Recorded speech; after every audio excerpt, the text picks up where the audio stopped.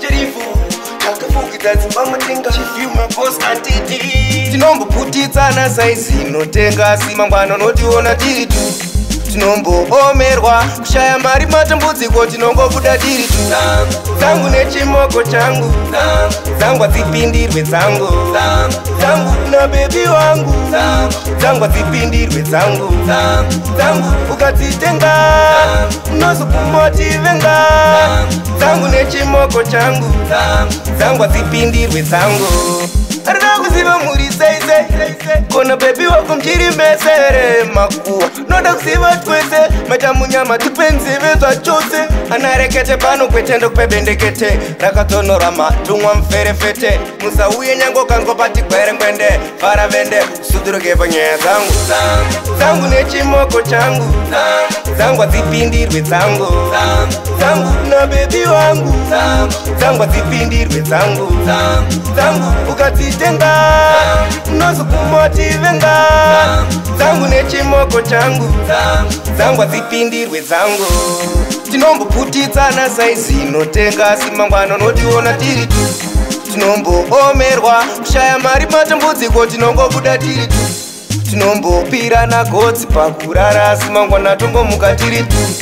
tinopedzerana tiri tu hatidiwe chitatu panyaya dzangu nechimoko changu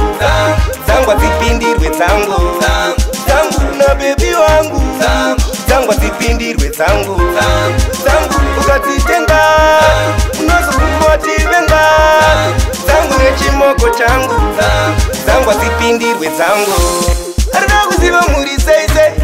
kona bebi wako mchiri mesere makuwa noda kuziva twese matamunyama tipenzeve zvachose anarekete pano kwetendo kwebendekete rakatonora matumwa mferefete musauye nyango kango pati kwerengwende paravende suduroke panyaya dzangu nechimoko changu dzangwa dzipindirwe dzangu na bebi wangu dzangwa dzipindirwe dzangu ukadzitenga unozokumotivenga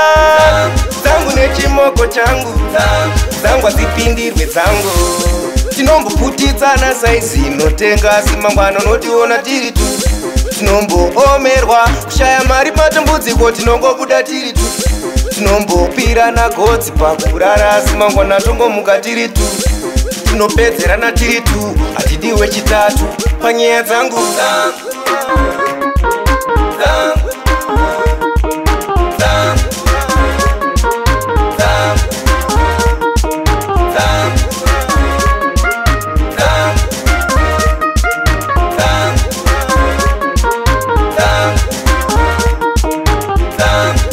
nechimoko changu dzangwa dzipindirwe dzangu na bebi wangu dzangwa dzipindirwe dzangu ukadzitenga unozokumotivenga dzangu nechimoko changu